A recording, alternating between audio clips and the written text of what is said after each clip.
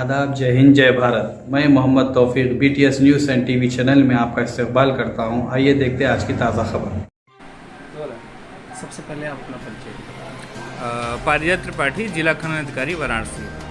खनन माफियाओं का जिस तरह से आजकल वर्चस्व बढ़ा है, अभी हाल ही में एक घटना हुई है, हरियाणा में भी DSP को कुचला गया है। कल आपके साथ भी कुछ दुर्व्यवहार हुआ, क्या कहना चाहते हैं इसमें? खनन माफिया बहुत ज़्यादा ही उग्र तरीके से और पूरी प्लानिंग के साथ अब चीज़ों को कर रहे हैं और कहीं ना कहीं ये कंट्रोल किया जाना बहुत आवश्यक है। मेरे साथ भी कल की ही बात है।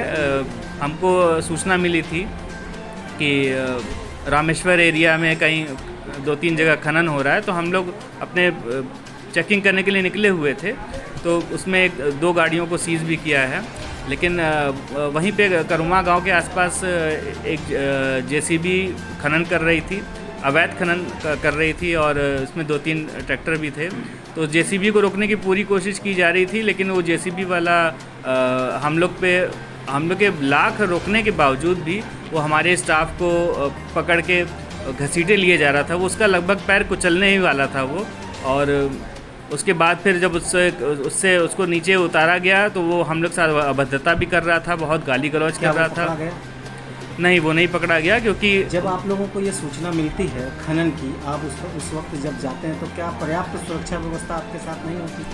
हमारे साथ हमारे जो होमगार्ड्स हैं, हम उनको लेके जाते हैं, और कभी कभी सूचनाएं जो मिलती हैं वो ऐसे समय मिलती हैं कि उस वक्त हम किसी को, पुलिस को अगर बताएंगे या थोड़ा गोपनीय रखना हमें आवश्यक रहता है, क्योंकि गोपनीयता के साथ हमने देखा है कि कभी कभी ज़्यादा अच्छे हमें उसके रिज़ल्ट्स मिलते हैं।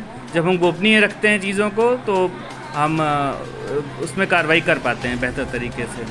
गोपनीयता की वजह से आपको सुरक्षा, मतलब इस तरह से हाँ, लेकिन प्रशासन को अवगत नहीं कराते हैं, मगर हाँ, इस तरह की कभी जो है, लेकिन हम लोग जब वहाँ पे कार्रवाई करते हैं तो उसके बाद हम लोग वहाँ पुलिस को सूचित कर देते हैं। और कल भी ऐसे ही हुआ, पुलिस वहाँ पे आई भी थी और पुलिस ने जो है फिर उसको हमने पुलिस को सब कुछ सूचित किया और उनको बताया भी कि हाँ कितना खनन हुआ है यहाँ पे, उसका मेजरमेंट हुआ है। कितना एरिया रहा होगा और किस थाना क्षेत्र में ये खनन हो रहा था? ये बड़ा गांव थाना क्षेत्र की बात है और चौकी हरहुआ चौकी के अंतर्गत था। तो इसमें करीब 753 स्क्वायर मीटर एरिया था। वो वहाँ के स्थानीय लोग बता रहे थे कि 1-2 दिन से स्टार्ट किया है, लेकिन बिना किसी परमिशन के ही कर रहा था। तो परमिशन के खनन चल रहा था। हाँ, बिल्कुल ही अवैध था। और उस पर हमने उसी वक्त वहाँ पे मेजरमेंट करके संबंधित चौकी में भी उसके पूरी विस्तृत सूचना दी है। और अभी हम उसी के लिए निकल ही रहे हैं कि वहाँ पे लेखपाल को ले जाके राजस्व विभाग के साथ वहाँ पे किस हराजी में ये कार्य हो रहा था उसकी पूरी डिटेल जानकारी लेने के बाद हम उस पर कठोर विधिक कार्रवाई करेंगे, अवैध खनन की कार्रवाई करेंगे। तो घटनास्थल पर जब खनन आप रोकने पहुँचे और वहाँ जो JCB लेके भागा गए ड्राइवर, तो उस वक्त क्या किसी को चोट वगैरह आई या कोई नुकसान होने की सूचना? चोट तो नहीं आई, क्योंकि हम लोग पूरी तरीके से उनको बोल रहे थे कि आप लोग रुक जाओ, आप लोग। तो उसमें कुछ लोग समझदार थे जो कि वहीं पे उस वक्त रुक गए, लेकिन वो जो JCB वाला था वो हमारे स्टाफ को ऑलमोस्ट उसका पैर कुचल ही चुका था।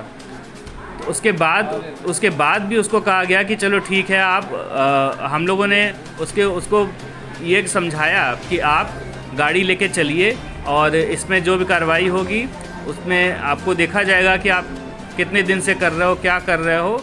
आपने जितना खनन किया होगा उसके हिसाब से ही जांच करके किया जाएगा, आप लोग डरिए नहीं। लेकिन वो बहुत ही ज़्यादा बदतमीजी से गाली गलौज करके, और उसने हमारी टीम के साथ मुझे भी गाली गलौज की है और इस तरीके से अभद्रता के साथ मेरा हाथ पकड़ के भी खींच रहा था। तो मैंने उसको बिल्कुल खबरदार कह दिया और कहा कि इस तरीके से कभी गलती मत करना।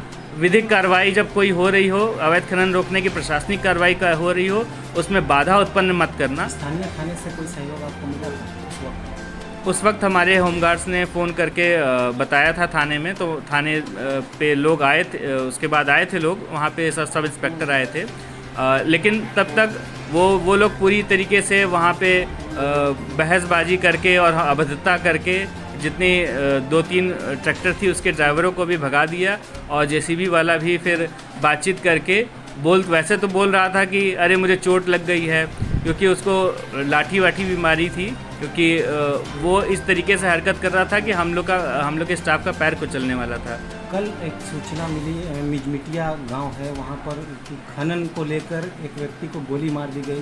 क्या ये प्रकरण आपके संज्ञान में है? ये प्रकरण हमारे संज्ञान में आज आया है। इसके संबंध में हम लोग उस क्षेत्र में जाएंगे और वहाँ की जांच करेंगे कि वो लोग किस तरीके से कार्य कर रहे थे और किस तरीके से खनन का कार्य कर रहे थे। ये लोग आपस में वर्चस्व की लड़ाई का भी एक प्रकरण आ रहा है सामने, कि ये सब क्या करते हैं कि अवैध खनन तो करते ही हैं, अवैध खनन में भी आपस में कंपटीशन करते हैं कि अरे हम बेचेंगे। उसमें ये इस तरह की घटनाएं भी हो रही हैं, और इसमें जो सुना है मैंने कि गोली भी लगी है किसी को, तो इसमें ये तो लॉ एंड ऑर्डर का मामला है, इसमें थोड़ा पुलिस देखेगी। लेकिन ये अवैध खनन करने वाले पूरी तरीके से गुंडई पे उतर आए हैं। चितईपुर के आसपास हम लोग परसों पेट्रोलिंग कर रहे थे, चेकिंग कर रहे थे, तो उसमें करीब 10 से 12 बाइक वाले हम लोग का पीछा लगातार कर रहे थे, और वो हम लोग को बाकायदा चेज़ कर रहे थे कि हम लोग कहाँ तक जा रहे हैं, कहाँ तक नहीं जा रहे हैं। जब उनके एरिया ऑफ इंटरेस्ट से हम निकल जाते तो फिर वो वापस चले जाते। मैंने उतर के वापस उनको जब दौड़ाया तो वो सब भाग गए पीछे। तो वो यही कर रहे हैं, हम लोग का पीछा कर रहे हैं, लोकेशन वालों से हम लोग की लोकेशन ले रहे हैं, और पूरी तरीके से संगठित तरीके से प्लानिंग करके अवैध खनन कर रहे हैं। तो इन पे कंट्रोल करने के लिए हम लोग को मैं प्रशासन से रिक्वेस्ट करूँगा कि इसमें 2-3 टीम बना के, जिला स्तरीय टीम में हम लोग तो हैं ही, पुलिस की टीम और राजस्व विभाग की टीम, सब लोग मिल के एक इसमें पूरी तरीके से कार्रवाई करें, और रेगुलर कार्रवाई इसमें ज़रूरी है। 2-3 दिन पे इनमें बार टास्क फोर्स को चेकिंग करना ज़रूरी है। हम लोग अकेले जितना कर रहे हैं वो कहीं ना कहीं बहुत जान को जोखिम करने वाला है, लेकिन हम लोग प्रयास कर रहे हैं।